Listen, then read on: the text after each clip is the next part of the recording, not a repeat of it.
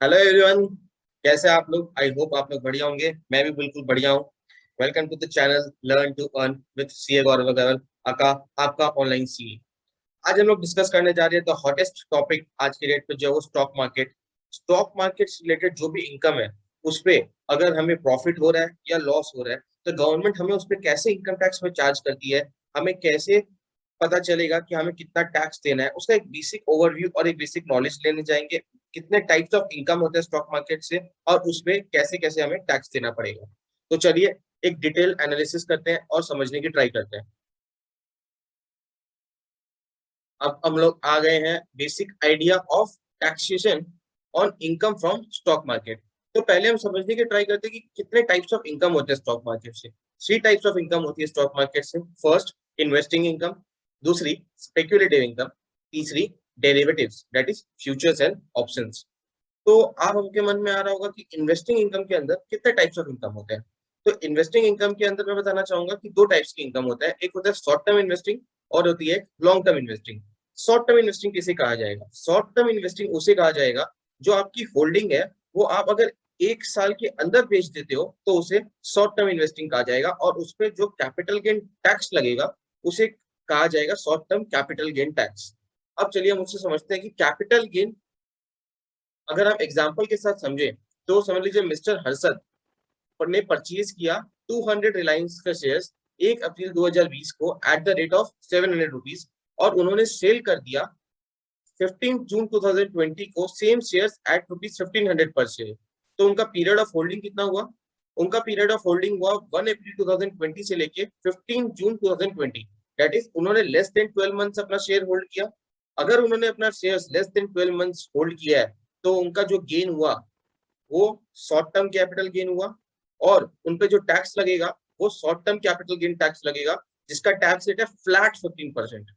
देखिए, जैसे उन्होंने उनका कैपिटल गेन कैसे कैलकुलेट किया हमने, उन्होंने कितना 200 शेयर्स परचेज किया था at the rate of 700 rupees, और उन्होंने सेल कर दिया at the rate of 1500 rupees. तो एक शेयर पे उनको कितना बेनिफिट हुआ? 800 रुपीज, जिसको हम 200 शेयर से मल्टीप्लाई करेंगे तो उनका बेनिफिट कितना हुआ? 1,60,000।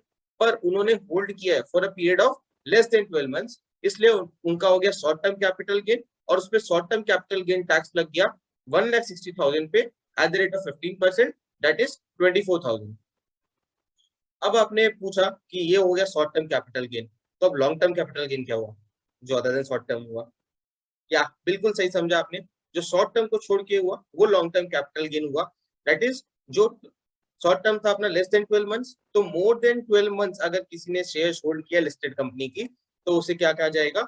Long term asset. जिसपे अगर आपको गेन होगा तो उसे क्या कहा जाएगा? लॉन्ग टर्म कैपिटल गेन, और उसपे जो टैक्स लगेगा उसे कहा जाएगा long term capital gain tax. Example से समझेंगे, बहुत सिंपल है। आइए समझ लीजिए मिस्टर हर्षद ने सेम 200 रिलायंस के शेयर्स होल्ड किए थे, परचेज किया था 1 अप्रैल 2020 में एट द रेट ऑफ ₹700, और उन्होंने बेचा उसे कब? 14 अगस्त 2021 को। दैट इज कितना पे? एट द रेट 1500 पर share.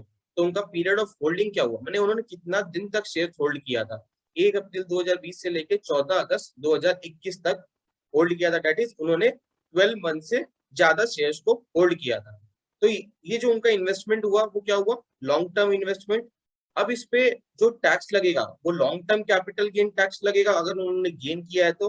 That is in case में उन्होंने 1500 पे खरीदा था, सॉरी 700 पे खरीदा था, 1500 पे सेल किया, दैट इज 800 का प्रॉफिट हुआ 200 शेयर्स पे, दैट इज 1,60,000 का उन्हें प्रॉफिट हुआ।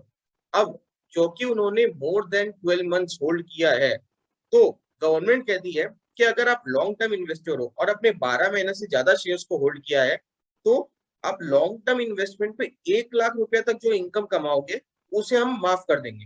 मतलब 1 लाख रुपए तक आपने जो इनकम कमाया है उस पर आपको 1 रुपए भी टैक्स नहीं देना है। 1 लाख से ऊपर आपने जो कमाया है उस पर हम फ्लैट रेट 10% चार्ज करेंगे।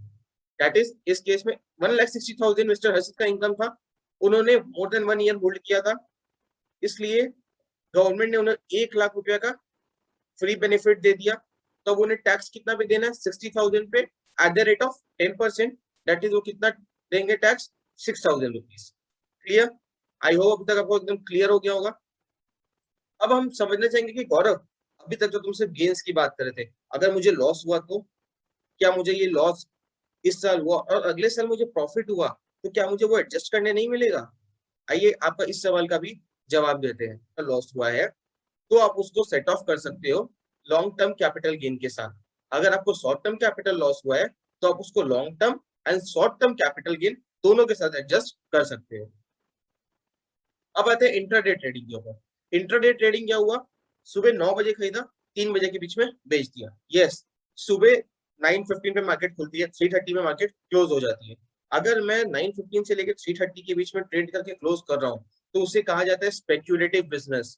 जी हाँ, वो मेरा बिजनेस इनकम कहलाया जाएगा, स्पेक्यूलेटिव बिजनेस कहलाया जाएगा। और उस पर टैक्स क्या लगेगी? उस पर टैक्स लॉन्ग टर्म की तरह नहीं लगेगा फ्लैट रेट पे। इस पे आपका टैक्स लगेगा जो आपका इनकम टैक्स स्लैब है उसके हिसाब से। तब लीजिए मिस्टर एक्स है, उनकी सैलरी है 4 लाख रुपए, अब 4 लाख की सैलरी है तो वो टैक्स स्लैब के हिसाब से उनका टैक्स रेट क्या हुआ? 5% हुआ।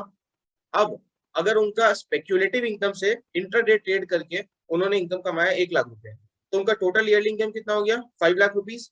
तो उस पर वो टैक्स कितना देंगे? 5% उनका टैक्स था, तो ये 1 लाख रुपीज पे भी वो 5% ही देंगे। दैट इज 4+1, 5 लाख पे 5% टैक्स दे देंगे।